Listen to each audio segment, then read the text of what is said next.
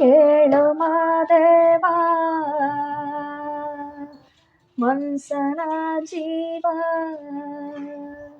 ನೀ ನುಡಿಸಿ ಹಾಡ ಕಡಮರು ಹಾಗ್ಯವ ಶಿವ ಶಿವ ಶಿವ ಶಿವ ಶಿವ ಶಿವ ಶಿವ ಶಿವ ಶಿವನೇ ಹರ ಹರ ಹರ ಹರ ಹರ ಹರ ಹರ ಹರ ಹರನೇ ಶಿವ ಶಿವ ಶಿವ ಶಿವ ಶಿವ ಶಿವ ಶಿವ ಶಿವ ಶಿವನೇ ಹರ ಹರ ಹರ ಹರ ಹರ ಹರ ಹರ ಹರ ಹರನೇ.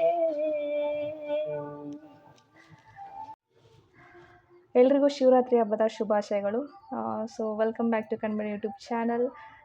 ಸೊ ಹಬ್ಬ ಅಂತಂದರೆ ಒಂಥರ ಹೆಣ್ಮಕ್ಳಿಗೆ ಒಂಥರ ಸಡಗರ, ಒಂಥರ ಸಂಭ್ರಮ.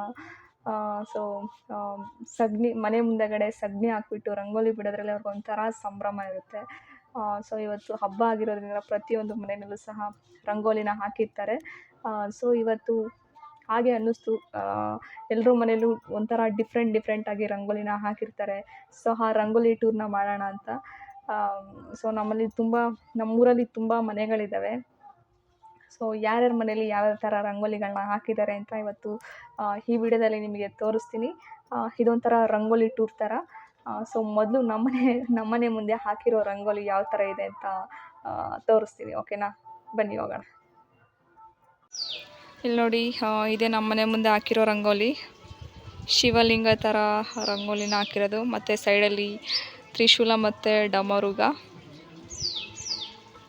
ಮತ್ತು ಸ್ವಲ್ಪ ಹೂವುಗಳು ಮತ್ತು ಎಲೆಗಳನ್ನ ಕೂಡ ಹಾಕಿದ್ದೀವಿ.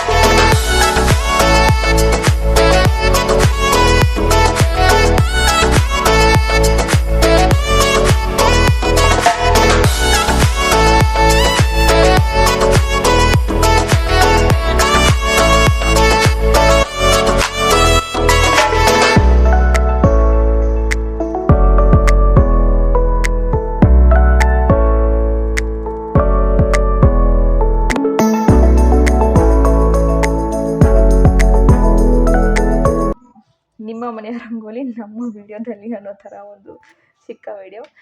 ಸೊ ಗೈಸ್, ನನ್ನ ಕೈಲಾದಷ್ಟು ರಂಗೋಲಿಗಳನ್ನ ನಿಮಗೆ ತೋರ್ಸೋಕ್ಕೆ ಪ್ರಯತ್ನ ಪಟ್ಟಿದ್ದೀನಿ.